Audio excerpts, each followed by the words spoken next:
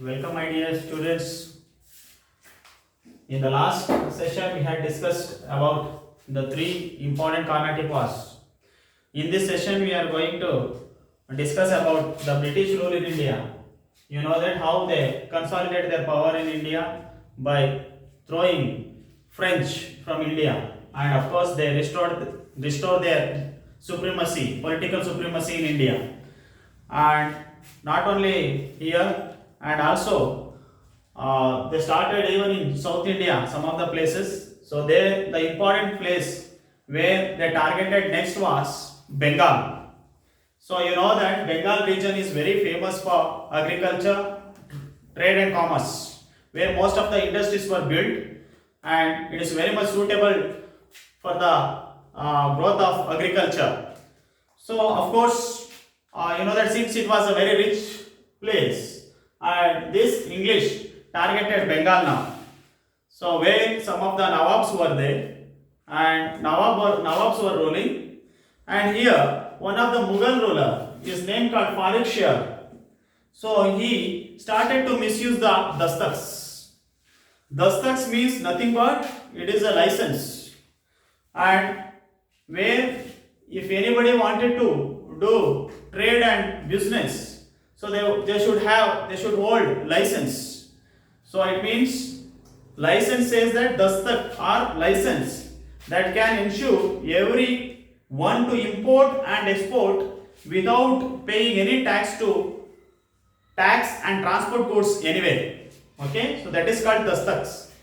So one will be holding dastaks, and they can do any business, or they can do transport and supplying of goods holding that license. At the same time, they are not supposed to pay any tax. That is known as dastaks. Okay, dastaks, license. So here what happened exactly? Holding this Farrukh Shah Mughal ruler misused the license or dastak in Bengal region, and that's why when it was misused, and of course it was limited to the company, and transactions were of course misused, and the individual officers also misused the dastaks. So this always brought fear to the East India Company, and Britishers were very happy regarding this. But what happened? Nawab of Bengal region opposed this system. Why they are using, I mean misusing these dastaks? That was the questions. And where many people are coming to Bengal region, and they were doing business without without paying any taxes. Okay, so this really enraged the Nawabs of Bengal region, that is Ali Khan and one more Murshid Ali Khan. Ali Vardi Khan and Murshid Ali Khan really opposed this kind of system in the Bengal region. Okay, so this resulted the two important crucial wars, that is 1757 the Battle of Plassey and 1764 the Battle of Buxar. This paved the way for the two important wars. Now let us discuss about 1757 the Battle of Plassey. The Battle of Plassey took place in the year 1757. How this war began? Sirajuddaula, who actually he was the Nawab of Bengal, when he was appointed a Nawab of Bengal, when Alivardi Khan died, Alivardi Khan died in the year 1756.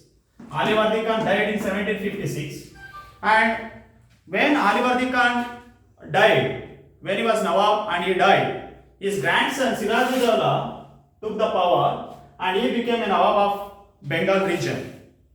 When dastaks were misused, where this license of the Bengal region, where it was issued by the Bengal government, and of course it was misused, and where English and many businessmen came and did the business in the Bengal region, and of course the Bengal government was in great loss. In such situation, so there many of them misused the dastaks. Okay, so that's why Sirajuddaula was furious.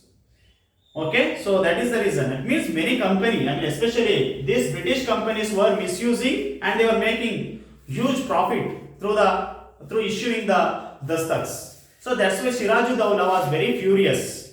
That is the one of the first reason is dastak.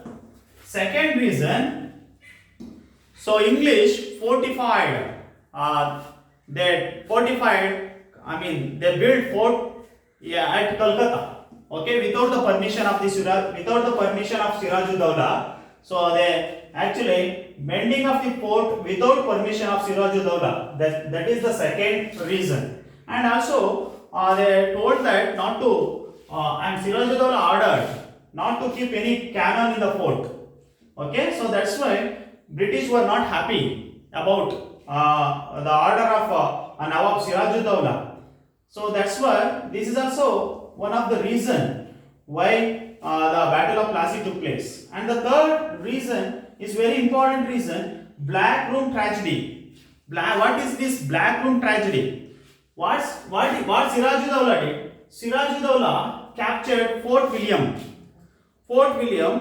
And Fort William is located in Calcutta. Okay, so that's why when he captured Fort William and also he imprisoned about 146 Englishmen.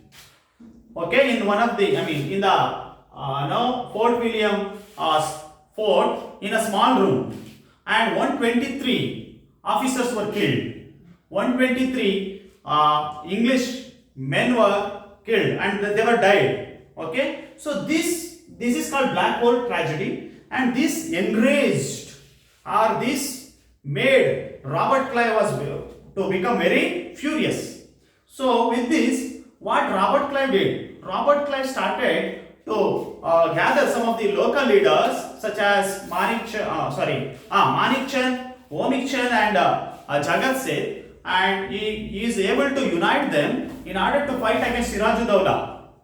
Okay, and as a result, what happened? Finally, he was unable to convince, and Sirajuddaula, the governor, the Nawab of Bengal, the one more name called Mir Jafar. Mir Jafar, he was a military leader. So head of military leader, Sirajuddaula's military leader, Mir Jafar. So Mir Jafar, finally they were able to convince Mir Jafar also and local leaders of Bengal also. So this is how the fighting started between, the Battle of Plassey started between Sirajuddaula and the British in the year 1757. That is called the Battle of Plassey. What was the outcome? Of course, in the Battle of Plassey, Sirajuddaula was defeated and he was killed in the battle. Okay, first he was captured and finally he was killed. So that is the result. And of course, not only this, what is the outcome?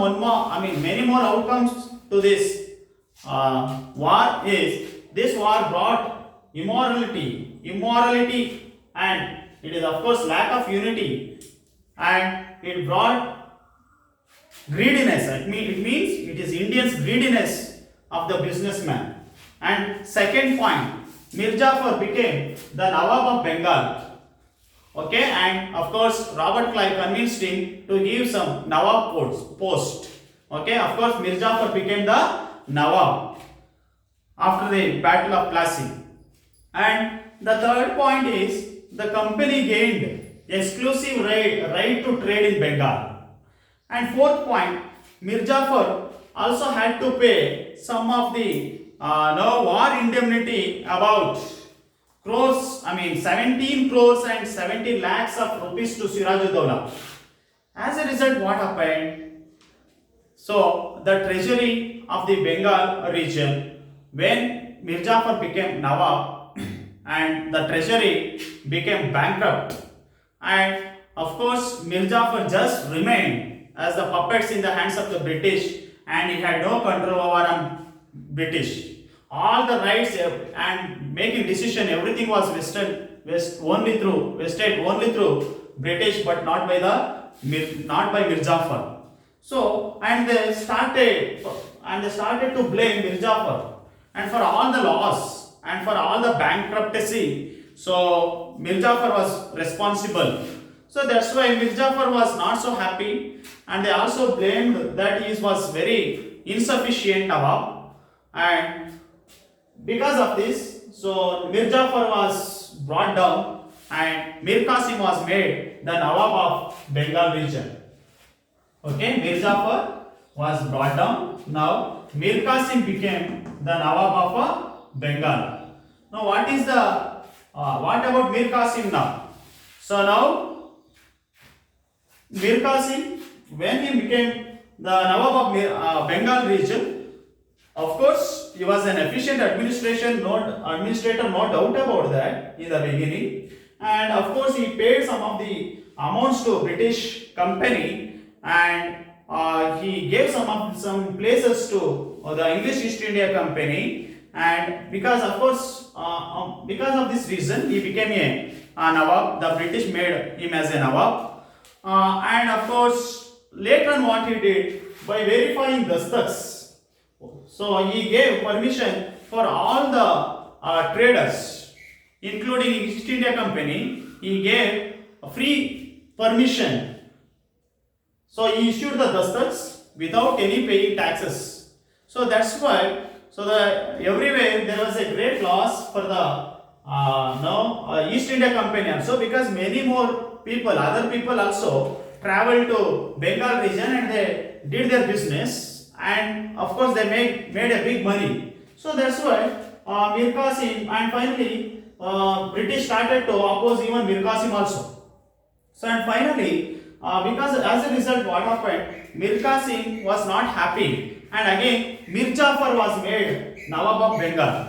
So through this he was not happy. Mir Qasim was not happy about it. So seeing this cunningness, what he did, he united the Mughal ruler name called Shah Alam II, and the Nawab of Oudh, Shuja-ud-Dawla, and one more person is Mir Qasim. So he was able to unite Shah Alam II, the Mughal ruler, and the Shuja-ud-Dawla of Oudh, Nawab of Oudh. So these all the three people started to revolt against British.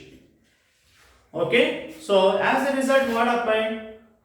So finally, so in the Battle of Buxar, Mir Qasim and his who was supported to Mir Qasim and Shuja-ud-Dawla, so both of them are defeated, and finally this Mughal ruler Shuja-ud-Dawla was made Nawab of Oudh, and Mir Qasim defeated, and Shuja-ud-Dawla, the Mughal ruler, was made as a Nawab of Bengal region.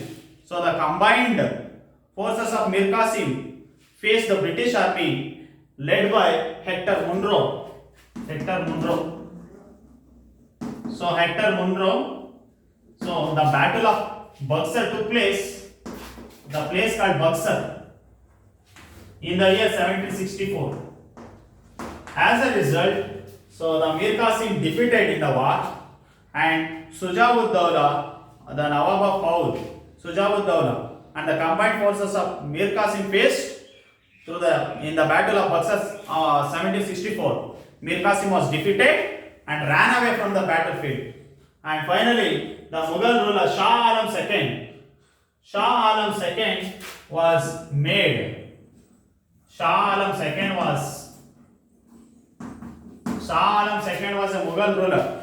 He was made as a Nawab of Bengal. Okay. So then Shah Alam gave Diwani rights to English. That is the outcome. Shah Alam II accorded the Diwani rights to Bengal to the British. And second point, Shah Alam II gave away all the rights over Bengal to British for an annual fee rupees of 26 lakhs. It means, so he gave permission to have trade in Bengal region. Okay, and they have to pay British for an annual fee rupees of 26 lakhs. And the Nawab of Oudh had to pay fine of rupees 50 lakhs for waging war against the company. Okay, so they had to pay a huge loss. So then, with the death of Mir Jafar, the company paid pension to his son and took over entire administration of Bengal. So this is a British able to restore their power, political power, even in Bengal region also. So respectively, Odisha, Bihar, and Bengal were reached to the hands of the British. So the Battle of Buxar, of course, made the British, they are the real holders of the Bihar, Bengal, and Odisha provinces. Even Oudh remained under their control. In 1765, Robert Clive brought a dual government in Bengal. Okay, so this dual government, what is dual government? Dual government means the Nawab was appointed to just take care of the administration. At the same time, he used to collect the tax and has to pay to the company, and he also given the permission to collect tax and hand over to the British company. So this is the just Nawab was misused. Just administration system will be in the hands of the British. Just he will be appointed, so he has to look after. So that certainly it will be under the control of the British company. Okay, so that is about the dual government. Okay, so the two responsibility were given, and he was paid some amount, some salary. Okay, Nawab was paid salary, and he was kept to look after the Bengal region. So through this, the Battle of Buxar also brought enormous gain to the British company, English East India Company in India, and of course they became very strong rulers in the country, and they gained the power in all the almost all the region. They were able to consolidate their power after coming to India. Okay, so that is about the Battle of Buxar and Battle of Plassey. Okay, so thank you.